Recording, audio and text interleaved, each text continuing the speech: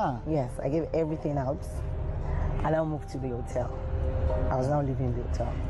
Huh. So if someone wants to come, and I'll tell the person to come and visit me. Right. When you come, we'll be in the same room. I'll go and pick up another room and be in another room and just stay there. You know, sometimes all I just want to do is I just want to go and work, get the money. Yeah. So I wasn't even picking job. I just want to do everything. Right. So sometimes I just collect money, pay the hotel, do whatever I want to do. That was how I was living.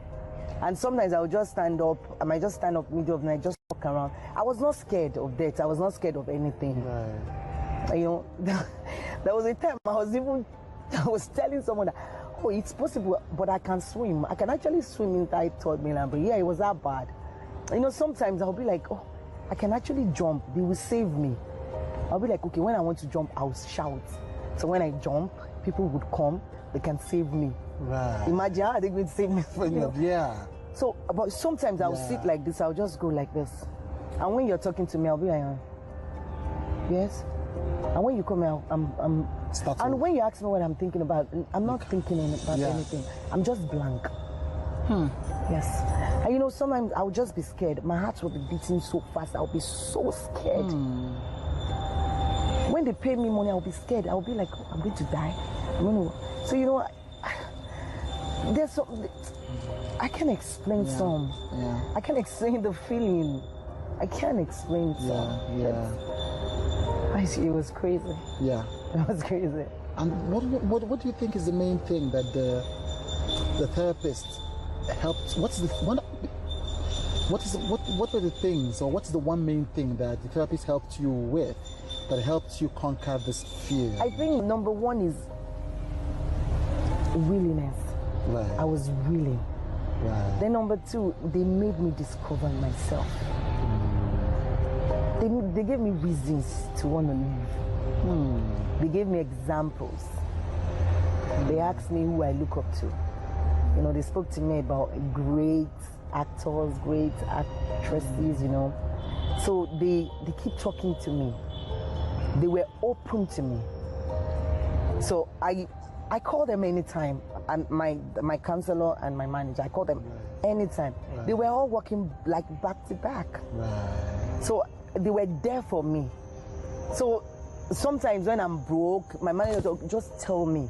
So I just say, I'm broke. I need like 40. Okay, I'll send 100K. There was money to spend. So they held you. You know. So they were all over me. They made me discover myself. I had reasons. I was looking at a lot of people. They made me say, okay, look at this. Is she as talented as you are? Is this as talented? But look at where the person is. Imagine yourself. So now today I would just sit there. I'm like, why did this happen to me now? Because if I can achieve this in like a year, I'm sure I would have achieved more. You know, over the years. Yeah. You know, it was. What about your family? Where was your family through all this? I don't know what happened. I just didn't want to see them because I thought I didn't want to get attached to them. You know, then you know, because I'm from a Christian home. Yes. Then I used to smoke cigarettes. Right. And they don't, obviously, never. So I'm always avoiding them. Right. So I didn't want to see them. Then I just feel I'm gonna die soon. I didn't want to be close to them, like so that if you die, they won't really miss you. Yes, it was that. But I would sit there and be telling myself, so if you die now, there was a day I sat down and I was talking to myself that I think if you die now, you'll now be more popular. Hey, yes. Wow. I was looking at the crowd that would come to my funeral. So you were planning for it? I'm not joking. I was planning for it. You know, it was, and anytime it's always very interesting. I'll be happy. Once I'm not thinking about that, I want to think about something positive. I'll just become sad. I'll feel like, so if I make it now, they will kill you. There's always something, you know, all the negative thought, negativity, the depression, the fear of the unknown. You can't just really pick. You just feel there's someone out there looking at you. You're alone I'm alone in the house. You feel that someone is recording you from up. He wants to go and sell you to the press. Someone is out there trying to record you. Someone is looking at you. You want to bath. Someone is trying to, you know, fear of the unknown. It's just, you know, there's some things about this thing that I can explain. Yeah. It's on. I can explain. You have to be in it. You have to be in it to understand. Yeah. After the break, with Chude continues. What does fearlessness mean to you now? How does it manifest itself? Oh my God, I'm a dove. I'm a white dove now. Right. And my fear is gone, long gone. Yeah. Because right now, I talk to people about it. Right. So my fear is gone. There's nothing. I think all these things that happened, it would have happened later and it would have affected my career. Right. So these things that happened to me just happened, and I'm sure that's the end. Yeah. This is just it. I think, okay, I have the face. Do you have the story? I have the story. Yeah. I think God just wants to use my life to touch a lot of lives.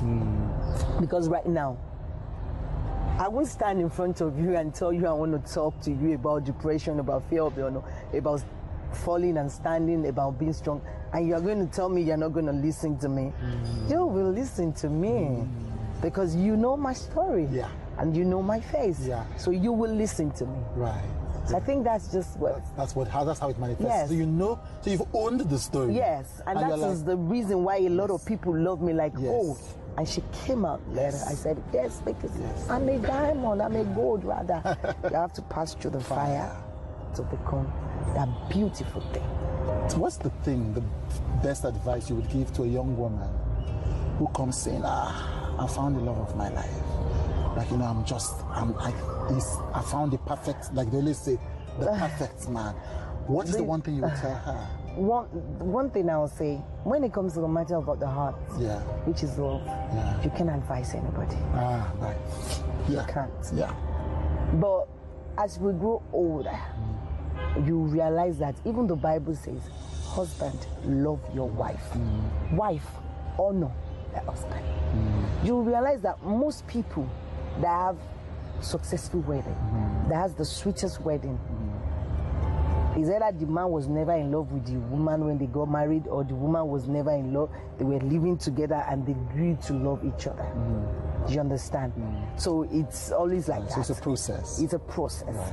So when it comes to matter of the heart, you cannot advise anybody. Yeah, just pray for them. You just pray for them. Just pray for them. And I want to ring my shekere for that. Because, you know, it's so important. What you said is so powerful. Nigerians, we are an advice-giving machine. The way we advise. We'd like, Oh, Jesus Christ. Yes. When you see, especially on Instagram, when people are, you see somebody, they will tell you that, my boyfriend is beating me. Just leave. My husband is beating me. Just leave that marriage. Leave. Some people say, why did you leave? Because you want to go and do prostitution. Why did you leave? You want to die there. All these things. Yeah. What the person needs most is love. The biggest problem, I'll tell you, I'd rather have a cut than have psychological problem. Yes. Preach. Because cuts, I'll treat it. Psychological problem can make me have the biggest cut I won't be able to treat. Yes.